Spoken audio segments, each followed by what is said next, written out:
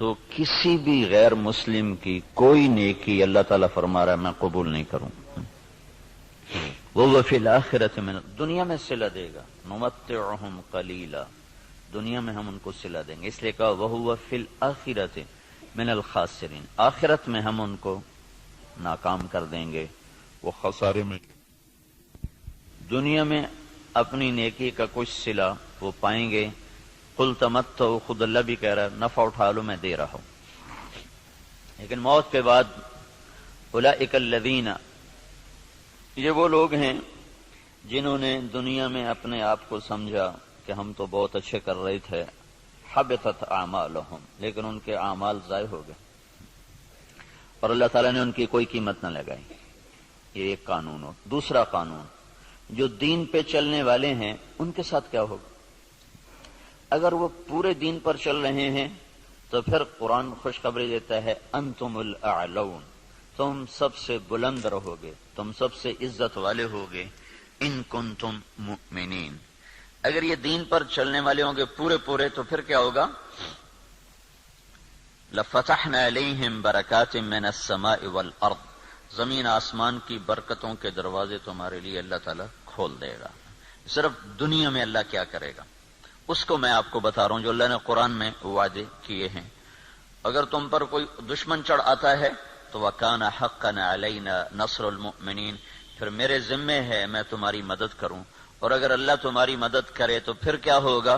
پھر وَلَن تُغْنِيَ عَنْكُمْ فِئْتُكُمْ شَيْئًا وَلَوْ كَثُرَتْ وَأَنَّ اللَّهَ مَعَ الْمُؤْمِنِينَ، پھر ساری دنیا تم پہ چڑھائی کر دے اور اللہ تمہارے ساتھ ہو تو پھر تمہارا کوئی کچھ نہیں بگاڑ سکتا. اللہ کے محبوب کا فرمان ہے، مسلم شریف کی روایت ہے، صحیح ساری کتابوں میں ہے، لن یغلب 12,000 من قلت، 12,000 اگر مسلمانوں کی تعداد ہو پوری دنیا میں، صرف 12,000، اور باقی ساری دنیا کا باطل ایک طرف ہو، تو انہیں اس وجہ سے شکست نہ ہوگی کہ یہ تھوڑے تھے، اس وجہ سے شکست نہیں ہوگی. اگر 12,000 کو شکست ہوئی ہے 12 لاکھ کے مقابلے میں یا 12 کروڑ کے مقابلے میں، تو شکست کی وجہ اللہ تعالیٰ کا نبی فرما رہا ہے کمی نہیں ہے، شکست کی وجہ ان کا اللہ سے تعلق کا ٹوٹنا یا ان کے اندر گناہوں کا پایا جانا، ورنہ 12,000 مسلمان ساری دنیا کے لیے کافی ہیں. لن یغلب 12,000 من قلت، 12,000 پر کوئی غالب نہیں آ سکتا. وَأَنَّ اللَّهَ، ویسے تو ایک مسلمان ہو تو اس پہ کوئی غالب نہیں آ سکتا جب اللہ ساتھ ہو. نبی ایک ہی تو ہوتا ہے، اکیلا نبی ہوتا ہے اور سارا کفر اس کے سامنے ہوتا ہے. اور ہود علیہ السلام تو ایسی قوم کے سامنے آئے تھے جن کے قد اس پلر کو دگنا کرو تو تب جا کے ان کا قد بنتا تھا. اتنے قد آور قوم تھی کہ 30 40 ہاتھ، یعنی کوئی 60 فٹ ان کا قد بنتا تھا. اور ان کے مقابلے میں اللہ نے لشکر کی بجائے ایک بھیجا، صرف ہود. وَإِلَىٰ عَادٍ أَخَاهُمْ هُودًا، ہم نے عاد کی طرف ہود کو بھیجا تو سارے مل گئے لیکن ہود علیہ السلام کو ہاتھ نہیں لگا سکتے، ایک ہی کافی ہوتا ہے. لیکن یہ اسباب کی دنیا ہے، اسباب کی دنیا ہے، تو یہاں بطور سبب یہ معجزات کا جہان نہیں، نبیوں کا معاملہ اور ہوتا ہے اور امت کا معاملہ اور ہوتا ہے. نبیوں کے ساتھ اللہ تعالیٰ کا نظام خصوصی چلتا ہے اور عام انسانوں کے ساتھ اللہ تعالیٰ کا نظام عمومی چلتا ہے. ہمیں مکڑی کے جالے سے اللہ نہیں چھپائے گا. کافر پہنچ گئے اور سامنے کھڑے ہوئے ہیں، اور وہ جب آپ ہجرت کی رات نکلے 27 صفر نبوت کے 14ویں سال رات کو نکلے اور جا کر غار ثور میں چھپے، تو کھوجی پاؤں کو دیکھتے دیکھتے غار پر پہنچ گیا لوگوں کو لے کر کہ یہاں پاؤں کا نشان ہے. لیکن اس کے پہنچنے سے پہلے اللہ نے ایک بیل اٹھائی، اس بیل میں مکڑیوں کو بھیجا، مکڑیوں نے جالا تن دیا اور ایک کبوتری نے انڈے دے دیے. جتنی دیر میں یہ لوگ پہنچے اتنی دیر میں یہ کام ہو چکا تھا. اب آگے کھوجی کہنے لگا پاؤں کا نشان یہاں تک، تو ابی بن خلف کہنے لگا یہ جالا تو محمد کی پیدائش سے بھی پہلے کا ہے، تو ہمیں کہاں لے کر آ گیا. اور دوسرا پھر آپ سامنے ہیں، یہ نہیں کہ کوئی چھپے میں غار ثور کو ٹیڑھا مڑا، سیدھا ایسے چوڑا سا دہانہ ہے اور اس کے سامنے بیٹھا ہوا آدمی نظر آتا ہے. یہ اللہ کا خصوصی نظام ہے، یہ عام انسانوں کے ساتھ نہیں چلتا. اس لیے اللہ کے نبی نے سبب کی دنیا کے لیے فرمایا کہ 12,000 اگر مسلمان ہوں تو انہیں کمی کی وجہ سے شکست نہیں ہو سکتی۔ اسکندریہ بڑا مضبوط شہر تھا مصر کا، اس کو فتح ہونے میں دیر ہو گئی اور مسلمانوں کا لشکر تھا 4,000 کا۔ تو حضرت عمرو بن عاص رضی اللہ تعالیٰ عنہ نے عمر رضی اللہ تعالیٰ عنہ کو خط لکھا کہ یہاں بہت بڑا لشکر ہے اور میں 4,000 کے ساتھ ان کا مقابلہ نہیں کر سکتا، اب میری مدد کے لیے فوج روانہ کرو۔ تو عمر رضی اللہ تعالیٰ عنہ نے 4,000 اور بھیج دیے، 4,000، اور ان 4,000 کے ساتھ 4 آدمی ہوں، ایک زبیر بن عوام اور ایک مقداد بن اسود، یہ مہاجرین میں سے، اور عبادہ بن صامت اور مسلمہ بن مخلد، یہ انصار میں سے، 2 مدینے کے 2 مکہ کے، ان 4 کو ان کے ساتھ، تو یہ 4,000 جمع 4۔ تو عمر رضی اللہ تعالیٰ عنہ نے عمرو بن عاص رضی اللہ تعالیٰ عنہ کو خط لکھا کہ میں تیرے مدد کے لیے 4,000 آدمی بھیج رہا ہوں، ان کے ساتھ 4 آدمی اور ہیں، ان میں ہر آدمی 1,000 کے برابر ہے، 1,000 کے برابر ہے، لہذا میں 4,000 نہیں، میں 8,000 تیری مدد کے لیے بھیج رہا ہوں، اور تم پہلے سے 4,000 ہو تو تم 12,000 ہو گئے، تو 12,000 کو کمی کی وجہ سے کوئی شکست نہیں دے سکتا۔ تم جب میرا یہ لشکر پہنچے تو تم سارے مسلمانوں کو آخرت کی ترغیب دو اور اللہ کا نام لے کر قدم بڑھاؤ، اللہ تمہیں فتح عطا فرمائے گا۔ دنیا جن کی فراست کا لوہا مانتی ہے کافر بھی، اور وہ اتنے بڑے شہر پہ حملہ ہو رہا ہے، اور وہ کیا تدبیر اختیار کر رہے ہیں کہ 4,000 جمع 4 آدمی بھیج کر مطمئن بیٹھے، حالانکہ وہ 40,000 بھیج سکتے تھے۔ عمر رضی اللہ عنہ اس وقت اس سطح پر تھے کہ 40,000 بھیج سکتے تھے، 4,000 جمع 4۔ چند صحابہ ایسے ہیں جن کو 1,000 کے برابر مانا جاتا تھا کہ جہاں وہ ایک کھڑا ہے وہ 1,000 کے برابر ہے، قعقاع بن عمر تمیمی اور مقداد بن اسود اور رافع بن عمیرہ اور طلحہ بن خویلد اور عمرو بن معدی کرب اور براء بن مالک، یہ وہ لوگ ہیں جہاں ایک کھڑا ہوتا تھا تو کہا جاتا تھا 1,000 کھڑا ہوا ہے۔ تو یہ 4,000 جمع 4 وہاں پہنچے اور 8,000 کے ساتھ، او بھائی رہنے دو، کس نے کہا چھوڑ۔ تو عمرو بن عاص رضی اللہ تعالی عنہ نے لشکر کی کمان عبادہ بن صامت کے حوالے فرما دے۔ عبادہ بن صامت کیسے شاہ سوار تھے؟ وہ جنگل میں نکل کے تہجد پڑھ رہے تھے، جنگل میں، جنگ کے دنوں میں، تو مصریوں کی ایک ٹولی اوپر سے نا راؤنڈ لگاتی ہوئی آ رہی تھی، 20 گھوڑ سوار، 20 آدمی، 20۔ تو انہوں نے دیکھا کہ ایک عرب سپاہی نماز پڑھ رہا ہے، تو انہیں ایک دم حملہ کیا، ان کی تلوار پاس تھی، انہوں نے پیچھے پلٹ کے دیکھا 20 یہ اکیلے ہیں، اور وہ گھوڑ سوار یہ پیدل، انہوں نے تلوار اٹھائی اور 20 میں سے 16 کو قتل کیا، باقی 4 بھاگ گئے۔ جب وہ بھاگے تو پھر اللہ اکبر، پھر نماز شروع کر۔ تو ان کے سر پہ انہوں نے امارت کا امامہ باندھا کہ آج تو بسم اللہ کر۔ تو عبادہ بن صامت رضی اللہ تعالیٰ عنہ بدری صحابہ میں سے ہیں، بدری صحابہ میں سے۔ تو یہ جو 4 آدمی بھیجے تھے، چاروں جنگ بدر کے شریک تھے۔ تو 12,000 نہیں تھے، 8,000 جمع 4 تھے، اور اسکندریہ جو مصر کا سب سے بڑا شہر تھا اور طاقتور اس کی فوج تھی، اللہ نے 8,000 کے ذریعے سے وہ زیر کروا دیا کہ 12,000 کو شکست ہو گئی۔ تو سمجھو کہ کمی کی وجہ سے نہیں، کوئی اور ہے۔ اب تو 1 ارب مسلمان ہیں، 1 ارب مسلمان ہیں، اور ذلت چھائی ہوئی ہے۔ اور اس سے عجب بات یہ ہے کہ دنیا کی سب سے طاقتور چیز اس وقت تیل ہے، تیل کے ساتھ پہیہ گھومتا ہے، تیل کے ساتھ جہاز اڑتا ہے، بم گرانے کے لیے اسے تیل چاہیے۔ ساری دنیا کا 70% تیل اللہ نے مسلمانوں کی زمین کے نیچے رکھا ہوا ہے۔ دنیا میں جتنا تیل ڈھونڈا جا چکا ہے اس کا 70% اللہ تعالیٰ نے عربوں کو دے دیا ہے، مسلمانوں کو دے دیا ہے۔ ٹوٹل 30% ساری دنیا میں اور 70% مسلمانوں کی زمین میں، اور پھر ذلت۔ تو میں یہ بتا رہا تھا کہ اگر ہم پورے مسلمان ہیں تو پھر اللہ کا قانون کیا ہے؟ انتم الاعلون ان کنتم مؤمنین، تم سے اونچا کوئی جا نہیں سکتا۔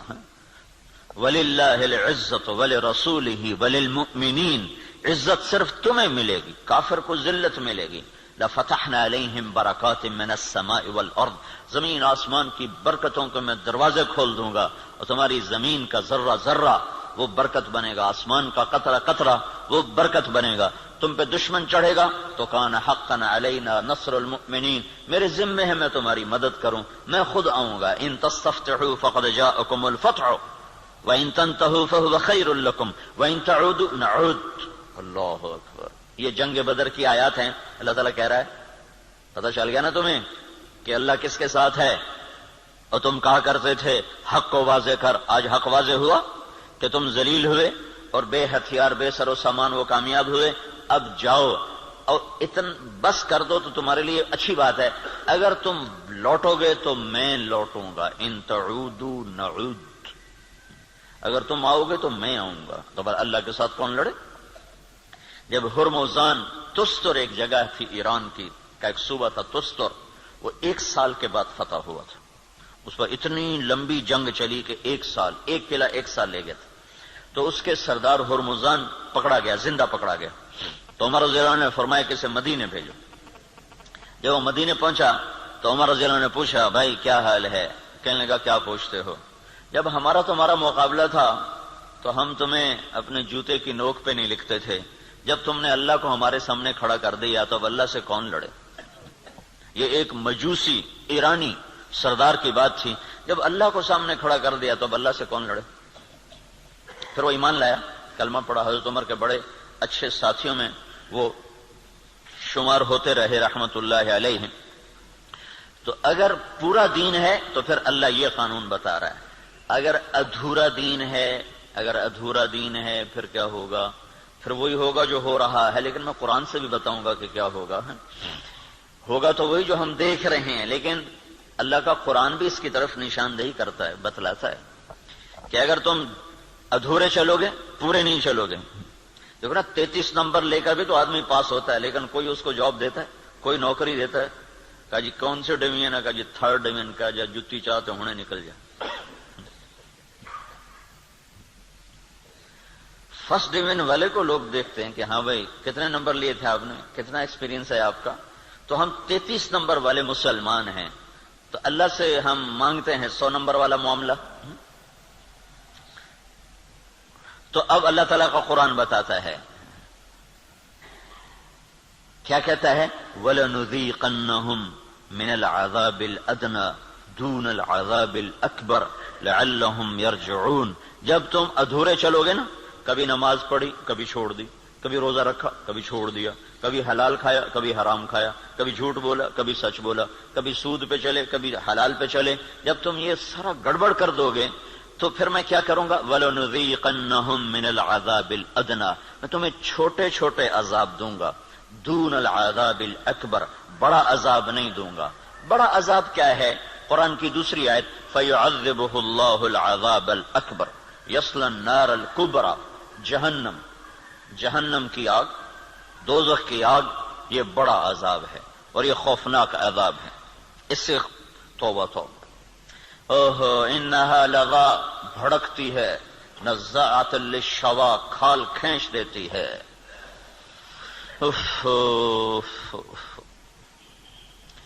اللہ تعالیٰ کہہ رہا ہے میں چاہوں گا کہ تمہیں دوزخ میں نہ ڈالوں، یہیں صاف کروں، پھر بھی گناہ رہ گئے تو پھر جہنم میں جائے گا، پھر بھی اگر رہ گئے تو جہنم میں جائے گا۔ جب کوئی آدمی فرض نماز چھوڑ دیتا ہے اور پھر وہ توبہ نہیں کرتا، چھوڑی جاتا ہے تو اس کے نام کا ایک دروازہ جہنم میں کھول دیا جاتا ہے، اسے اس دروازے میں سے گزرنا پڑے گا چاہے ایمان پہ خاتمہ ہو۔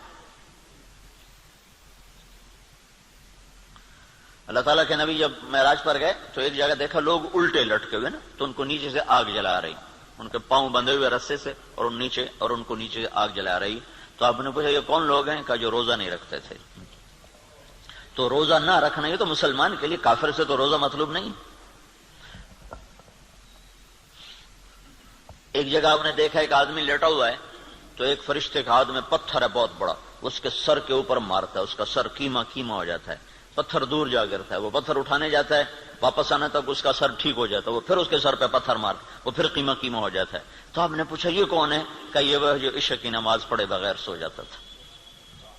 جو عشاء پڑھے بغیر، اور لاکھوں کروڑوں مسلمان ایک نماز بھی نہیں پڑھتے، عشاء کی کیا بات ہے، ایک بھی نہیں پڑھتے. تو بڑا عذاب آگے کا ہے، بہت خوفناک ہے، بہت خوفناک ہے. آگے آپ گئے تو آپ نے دیکھا ایک آدمی کا پیٹ ہے جیسے گنبد ہوتا ہے، گنبد کی طرح بڑا پیٹ ہے، اس پیٹ کے اندر سانپ گھسے ہوئے ہیں اندر، اور اس کو اندر سے ڈس رہے ہیں، اس کی چیخ و پکار ہے. تو آپ نے کہا یہ کون ہے؟ کہا یہ سود کھانے والے. تو بڑا عذاب آگے ہے، زلزلہ، دشمن کی چڑھائی، دشمن کے ہاتھوں قتل، دریاؤں کا سوکھ جانا، بجلی کا ختم ہو جانا، محبتوں کا اٹھ جانا، برکتوں کا اٹھ جانا، آپس کی لڑائیاں، قتل و غارت، بد امنی، مہنگائی. یہ ہے وَلَنُذِيقَنَّهُم مِّنَ الْعَذَابِ الْأَدْنَىٰ، چھوٹے چھوٹے عذاب دوں گا، دون العذاب الاکبر، بڑا نہیں دوں گا. لعلہم یرجعون، شاید تم مسجدیں بھر دو اور تم توبہ کر لو اور تم اللہ کے سامنے جھک جاؤ اور تم اللہ کو منا لو اور اللہ کے نبی کے طریقوں پر آ جاؤ. تو ما یفعل اللہ بعذابکم ان شکرتم وآمنتم وکان اللہ شاکرا علیما.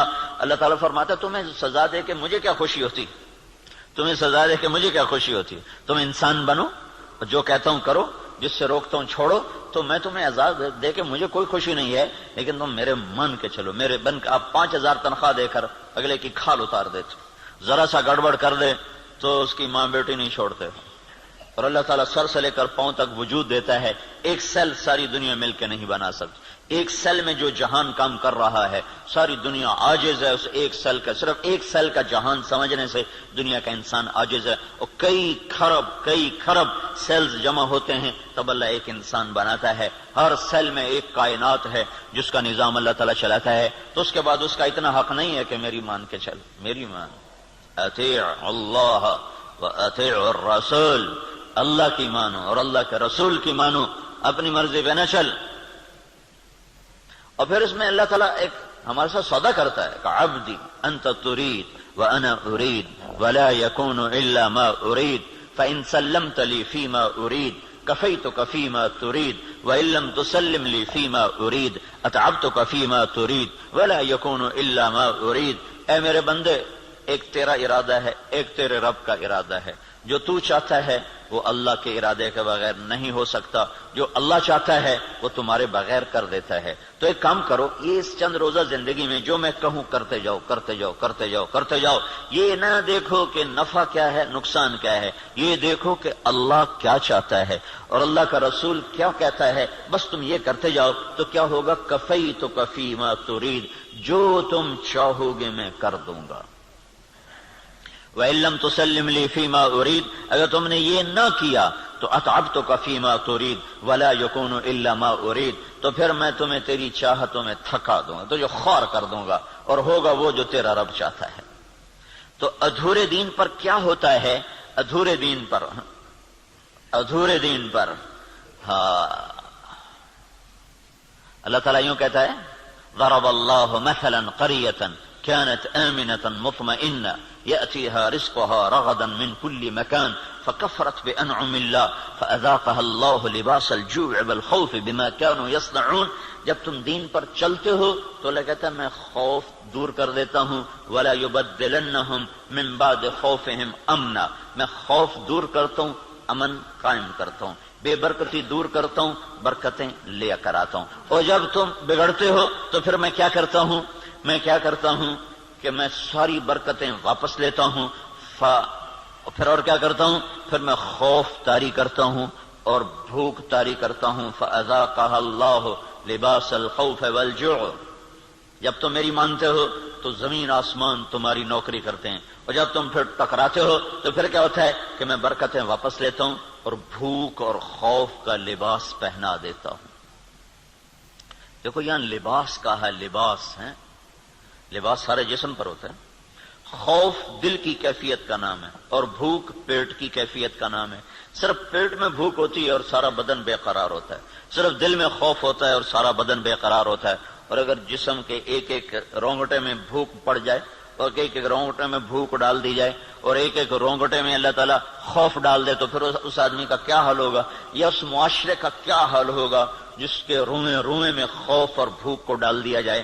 تو یہ اللہ تعالیٰ چھوٹے عذاب کی نشاندہی کر رہا ہے اپنی کتاب میں، اپنے قرآن میں، کہ جب تم نافرمانیاں کرتے ہو تو ظہر الفساد فی البر والبحر، زمین و آسمان میں، بر خشکی اور تری میں، کبھی سمندروں میں موجیں اٹھتی ہیں، کبھی زمین کی برکتیں گم ہو جاتی ہیں، کبھی زمین کپ کپاتی ہے، کبھی پہاڑ لرز جاتے ہیں، کبھی آسمان بے موسم بارشوں پہ اتر آتا ہے، کبھی ہوائیں پاگل ہو جاتی ہیں، کبھی محبتیں مٹ جاتی ہیں۔ یہ کیوں ہوتا ہے؟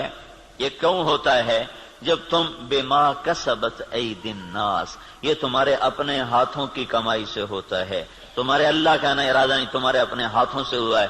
بما کسبت ایدی الناس، یہ تمہارے اپنے ہاتھوں کی وجہ سے ہے۔ لیذیقہم بعد الذی عملوا، اللہ کہہ رہا ہے یہ تمہارے پوری سزا نہیں ہے، چھوٹی سزا، تھوڑی سزا، تھوڑی سزا کہ تم اللہ کی طرف رجوع کرو۔ تو بھائیو، مکمل دین ہے تو اللہ کا قانون اور ہے، ادھورا دین ہے اللہ تعالیٰ کا قانون اور ہے۔ زمین آسمان اللہ کے ہیں، قانون بھی اللہ کا چلتا ہے۔ زمین آسمان اللہ کی بادشاہی ہے، حکم بھی میرے اللہ کا چلتا ہے، یہاں کوئی پر نہیں مار سکتا، دم نہیں مار سکتا۔ ایک کتاب میں نے حدیث پڑھی، اللہ تعالیٰ نے ایک نبی سے فرمایا، یاد رکھ تیرے بدن پہ جو مکھی بیٹھتی ہے نا، وہ بھی تیرے رب کی اجازت سے بیٹھتی۔ اور قرآن دیکھو، ما تسقط من ورقۃ الا يعلمها، پتے کو کہو کہ اللہ کی مرضی کے بغیر گر کے دکھا دو۔ صرف فیصلہ آباد کے درختوں کے پتے گنو تو گنے نہ جائیں، صرف پاکستان کے درختوں کے پتے گنو تو گنے نہ جائیں، تو کل کائنات میں کتنے جنگل، پھر سمندر کے جنگل جو پانی کے اندر درخت ہیں وہ زمین کے درختوں سے زیادہ ہیں۔ اللہ نے پانی کے اندر بے شمار جنگل بنایا ہوا ہے، تو آپ نے اس کی شہنشاہی دیکھو کیا کہتا ہے، ایک پتا بھی گرتا ہے تو تیرے رب کے امر کے ساتھ ہے، تیرا اللہ اسے جانتا ہے۔ جاننے کا مطلب ہے کہ اس کے امر سے گرتا ہے۔ ولا حبہ، کوئی دانہ، فی ظلمات الارض، زمین کے اندھیروں میں، ولا رطب ولا یابس، کوئی خشک و تر، الا فی کتاب من مبین، ہر شے تیرے رب کی کتاب میں ہے۔ اتنی بڑی بادشاہی کا مالک ہو، اور ہم بے وقوف لوگ اسی سے ٹکرانا شروع کر دیں تو ہم سے بڑا دیوانہ کون ہوگا؟ جھوٹ کے بغیر کام نہیں چلتا، سبحان اللہ، یہ مسلمان کہتا ہے۔ سود کے بغیر کام نہیں چلتا، یہ مسلمان کے جب بول ہوں تو زمین آسمان کانپے نہ تو کیا کرے؟ الا لعنت اللہ علی الکاذبین، اللہ نے کہا غور سے سنو، جھوٹوں پہ اللہ کی لعنت۔ اور یہ سب تاجر کہتے ہیں جھوٹ کے بغیر کام نہیں چلتا۔ ایک تاجر نے نا، اچھا بڑا تاجر تھا، وہ 3 دن لگا داڑھی رکھ لی چھوٹی چھوٹی، مجھے بڑی خوشی ہوئی۔ کچھ دن بعد ملاقات ہوئی تو شیو کیا ہوا۔ میں نے کہا یہ کیا کیا؟ کہنے لگا جو سارا دن جھوٹ بولنا پڑتا تو میں نے شیو کرا دیا۔ میں نے کہا اللہ کے بندے، کوئی داڑھی کی وجہ سے جھوٹ حرام ہے؟ جھوٹ تو کلمے کی وجہ سے حرام ہے۔ اب تو نے 2 گناہ شروع کر دیے، داڑھی بھی منڈائی، جھوٹ بھی بولا، تو اب داڑھی منڈانے سے جھوٹ حلال ہو گیا۔ جھوٹ کا حرام ہونا داڑھی کے ساتھ نہیں ہے، جھوٹ کا حرام ہونا کلمے کے ساتھ، کہ تو کلمہ پڑھ کے جھوٹ، تو یہ کیوں کہتا ہے کہ داڑھی رکھ کے جھوٹ بولوں مجھے شرم آتی ہے؟ تو یہ کہ کلمہ پڑھ کے جھوٹ بولوں مجھے شرم آتی ہے۔ کلمہ پڑھنے کے بعد جھوٹ بولنا بے حیائی ہے نا، کہ داڑھی رکھنے کے بعد؟ داڑھی تو سکھوں نے بھی رکھی ہوئی۔ یہ میرے اللہ کے نبی کا امر ہے، حکم ہے، یہ اور حکم ہے، وہ اور حکم ہے۔ ایک کی وجہ سے دوسرا چھوڑ دوں، ایک کی وجہ سے دوسرا چھوڑ دوں، یہ کہاں کی نادانی ہے؟ تو اس کو بات سمجھ میں اس نے پھر رکھ لی۔ تو اب جب تاجر کہے جھوٹ کے بغیر کام نہیں چلتا، سود کے بغیر تجارت نہیں چلتی، اور اللہ کہے لعنت اللہ علی الکاذبین، جھوٹوں پہ اللہ کی لعنت، اور اللہ تعالیٰ کہے فاذنوا بحرب من اللہ ورسولہ، یا سود چھوڑ دو یا اللہ اس کا رسول سے جنگ لڑنے کے لیے تیار ہو جاؤ۔ ہماری تو جنگ اللہ، امریکہ سے تھوڑی ہماری جنگ ہے، یا ہندوستان سے تھوڑی ہماری جنگ ہے، یا اسرائیل سے ہماری جنگ، تو ہماری تو اللہ سے جنگ ہوئی پڑی، اللہ ہمارے خلاف جنگ کر رہا ہے۔ اصل تو مقابل میں اللہ آیا ہوا ہے، اللہ اس کا رسول آیا ہوا ہے، صرف اللہ اکیلا نہیں ہے، یعنی ایسا اعلان اللہ نے کسی جگہ کیا ہی نہیں۔ تو کتنی بے غیرتی ہے کفر، دنیا کا سب سے بڑا گناہ ہے کفر، دنیا کا سب سے بڑا جرم ہے شرک اور کفر، کہ شہنشاہ اعظم خلاق علیم کو نہ ماننا، یا ماننا تو اس کا شریک ماننا۔ اللہ تعالیٰ نے اس کے لیے نہیں کہا کہ میں تیرے خلاف لڑائی کروں گا، ان کو دھمکیاں دیں جہنم میں ڈالوں گا، آگ میں ڈال دوں گا، تباہ کر دوں گا۔ لیکن سود کھانے والا 5 وقت کا نمازی بھی ہے تو اللہ کہتا تیار ہو جا، تیری میری جنگ ہے، اور صرف میری نہیں، میرا رسول بھی تیرے ساتھ جنگ کرے گا، میں بھی کروں گا، میرا رسول بھی کرے گا۔ تو بڑا جگر ہے لوگوں کا جو اتنے بڑے اعلان کے بعد کہیں جی سود کے بغیر تو پھر کام نہیں چلتا۔ تو یہ جب دین ادھورا ہوتا ہے تو پھر کیا ہوتا ہے، یہ سارا میں آپ کو قرآن پاک سے بتا رہا ہوں۔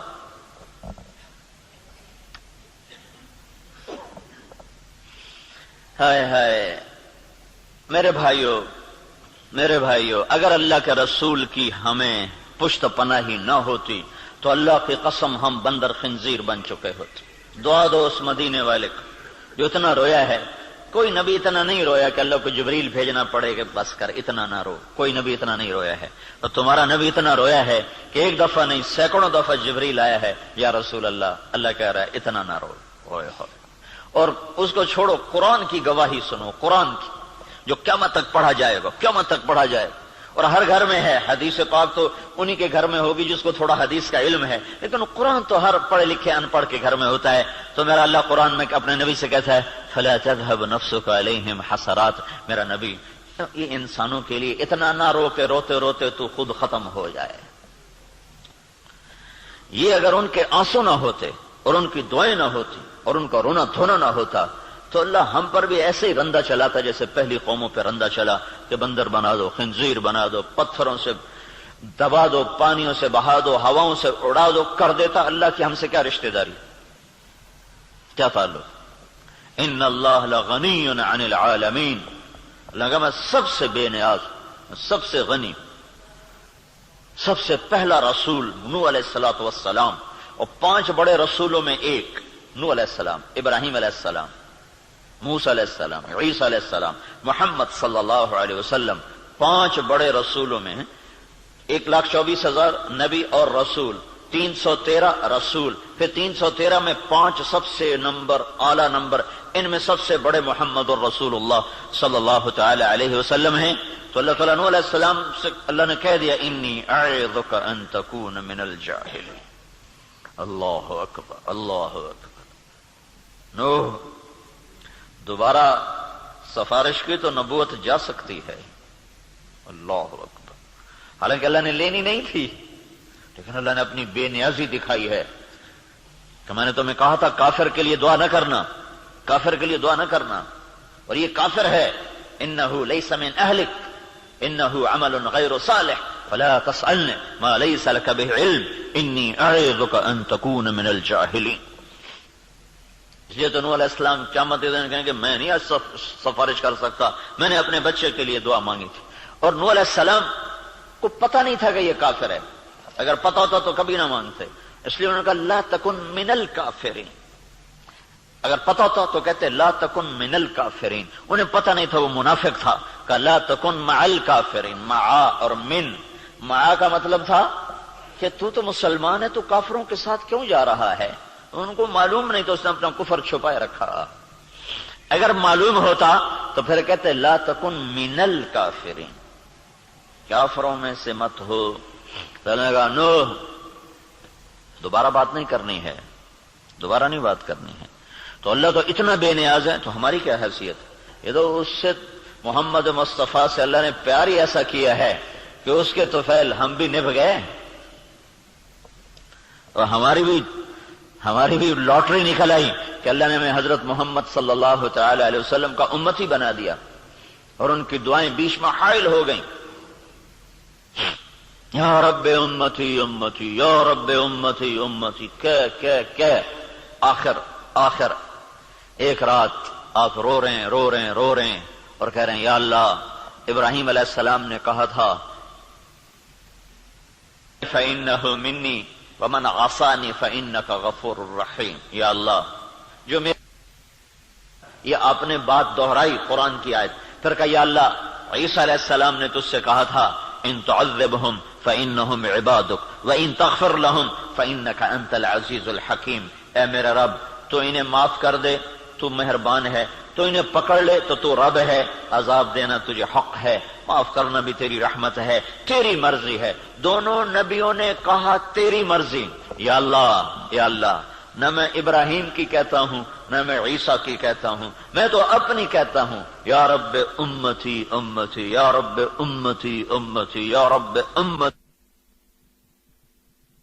تیار کردہ مواعظ اسلامیہ کے ست سینٹر بیرون تبلیغی مرکز ابدالی روڈ ملتان 24 گھنٹے رابطے کے لیے 0301 74 60 371 پر رابطہ کریں۔ ابراہیم کی کہتا ہوں نہ میں عیسیٰ کی کہتا ہوں، میں تو اپنی کہتا ہوں، یا رب امتی امتی یا رب امتی امتی یا رب امتی امتی۔ یا اللہ میری امت کو معاف کر دے، یا اللہ میری امت کو معاف کر دے، یا اللہ نہیں کرنا پھر بھی کر دے۔ اور اتنا روئے کہ پھر جبریل کو آنا پڑا، یا رسول اللہ، اللہ تعالیٰ پوچھ رہے ہیں آپ کیوں رو رہے ہیں؟ کہا جبریل مجھے میری امت رلا رہی۔ تو پھر اللہ تعالیٰ نے پیغام بھیجا، سنردیک فی امتک، میں تجھے تیری امت کے بارے میں خوش کر دوں گا۔ یہ دعائیں بیچ میں حائل ہیں، ورنہ اللہ کو کیا پرواہ ہے۔